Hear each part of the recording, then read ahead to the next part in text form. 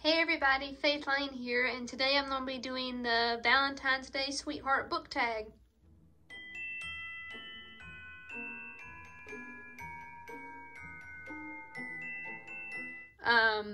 So I'm really excited to do this tag. I was not tagged for this challenge, but I do want to do it, so I'm going to do it anyway for fun. I'm going to leave the original creator for this tag down below.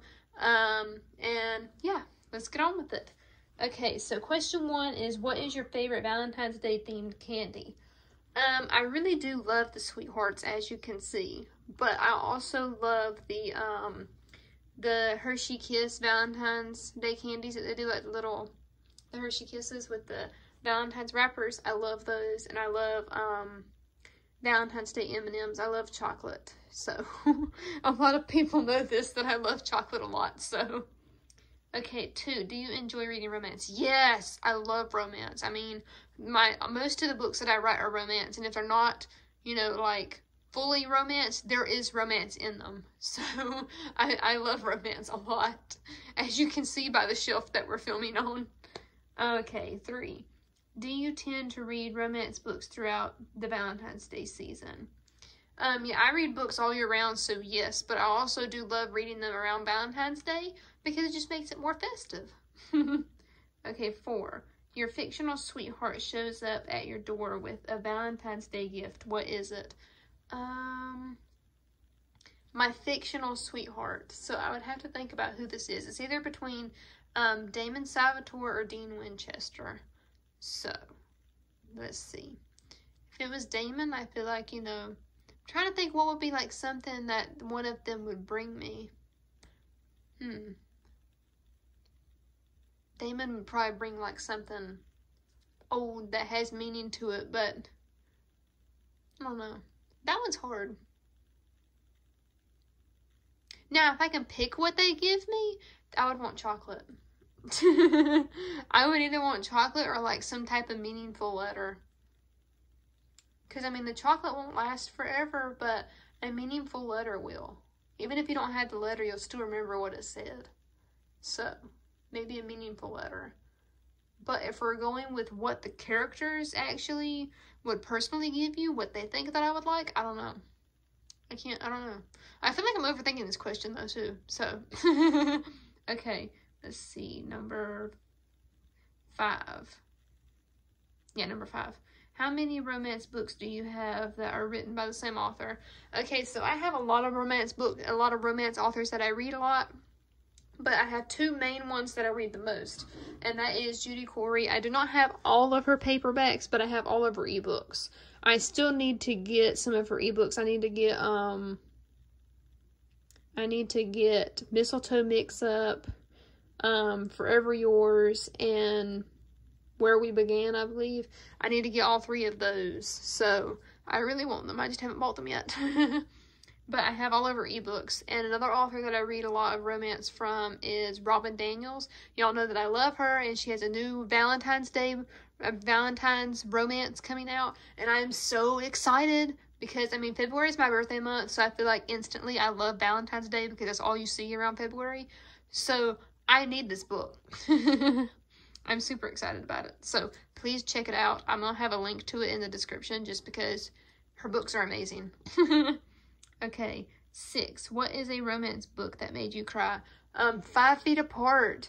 5 Feet Apart made me cry. I don't know if that book is romance. It's not contemporary, I believe, but that still counts as romance in my opinion. That book made me cry, and then Meet Me There by Judy Corey also made me cry. Because Luke, she made him have so many feelings, and I love that. He was like the masculine male that you think of, but because he was on the football team, so, you know, you think of him being masculine and strong and, you know, all of those types of things. You know, you get that when you read a book about a football player, of course. But he was also very emotional inside as well, and, you know, very lighthearted and sweet because, just for many reasons, but then also because his mother died over the summer. So that, of course, made him more vulnerable in certain states. So at the last couple chapters in the book, there was a part about it, and I'm not really going to touch on it in case some of my viewers have not read it. But they kind of touch on the topic, and he gets really emotional, and instantly I start crying. I don't know what it is, but when a male character cries, I'm instantly a mess. So, okay. What are we on? 7? Yes, 7. If you could choose any place, fictional or real, to escape to for Valentine's Day with your date, where would you like to go? It can be anywhere fictional or real. I want to go to France because I'm learning to speak French. So I want to go to France so I can practice with people that speak French. But I feel like that would be stupid to go there just for that. But I mean, Paris and places like that are French are the places of love. So, yeah. If I was to pick a fictional world though, I feel like I just want to go live in the Fallen Star and relive that story as, Gabby. I think that was her name. But then I'm, like, terrified to face some of the monsters that they have in that book. So, I really can't think of a fictional place that I'd like to visit. Can we go to Mystic Falls and eat at the diner? That would be nice. Like the actual diner. Or, you know, something like that. I don't know. I can't think of a fictional world. Like, I thought I knew more than that, but apparently I don't. Okay, 8. Distance makes the heart grow fonder. What anticipated book release do you know in your heart you will absolutely love? The book that I knew I would absolutely love was A Heart So Fierce and Broken, and that already released in January. Besides that, that book, The Shadows Between Us, I think I'm gonna really like that book. Besides those two, there's really not any more this year that I'm excited about, except the Hunger Games book. But I haven't read the Hunger Games, so I'm still kind of like on the fence. Am I gonna like the prequel because of who it's about? I keep hearing mixed things on social media, which is almost, it's not like changing how I feel, but I'm like, oh, is this guy like not a character that anybody's gonna like from the Hunger Games? I'm like, is he like a bad guy or something? Like, I know he's the villain, I believe, but I mean, this is coming from a person that has not read the Hunger Games or watched it. I don't really know what this character does. Is he likable, not likable? So when everybody else is flipping out about that it's about him, I'm like, well, is this a bad thing? I don't know. So it kind of makes it hard for me to figure out, you know, like, is this going to be a good book or not? But I still have it pre-ordered, and I'm still excited for it. So that's just that. Okay, 9. Do you have any favorite love-themed quotes from any of the books you have read? Yes, tons, but I probably can't think of any off the top of my head. There is like tons in Beastly that I love. There is one in Judy Corey, but it's not really love-based. The quote is, holding a grudge was like drinking poison and waiting for the other person to die. That's the quote, but it's like not romance-like. Let me see. I have a few bookmarks up here that I made myself that have, some quotes from romance books, I believe. Let me see. I love from 5 Feet Apart when, her sister says he's breathing for you. I love that quote. That quote got me so bad. That's really the only one that I have. Another quote that I have that I really love is not from a romance book, so that does not count. So yeah, I really don't have any more quotes than that I can think of. So I need to read more books and write them down. In all of my romance ebooks that I have, I always highlight quotes that I like, and I'll go back and find them if I'm talking to somebody about the book.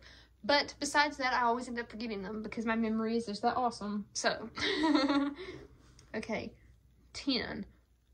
All's fair in love and war. Do you have more books with red or pink spines? Probably pink. I have 5 Feet Apart. I have 5 Feet Apart, Throw Like a Girl, and then I have Judy Corey's 2 books, and then I also have Beastly, which has like a hot pink cover, well, a hot pink spine, But then A Tale as Old as Time that I have, it has more of a red spine. And then I have one red supernatural book and then I have The Beautiful, which also has red on it. But I have more pink books, definitely. So, okay, so that was the last one. I will have these questions down in the description. I will also have the original creator of this challenge down in the description as well. And I would like to tag Bookish Reads to do this challenge. So you've been tagged. Oh, and I would also like to tag Fictional Adventures to do this tag as well. Okay, so check all of that out in the description, as well as my Instagram links and stuff, because I'm able to connect with you more on Instagram versus my other social medias, because Instagram is my favorite. Although YouTube is kind of a close second, kind of. I really like looking at the pictures. I feel like that's two completely different things, and you can't really compare them. So, but I hope that you will check me out on Instagram and Twitter and all of that, and maybe we can chat and talk. You know, I really love talking to you guys and meeting all of y'all.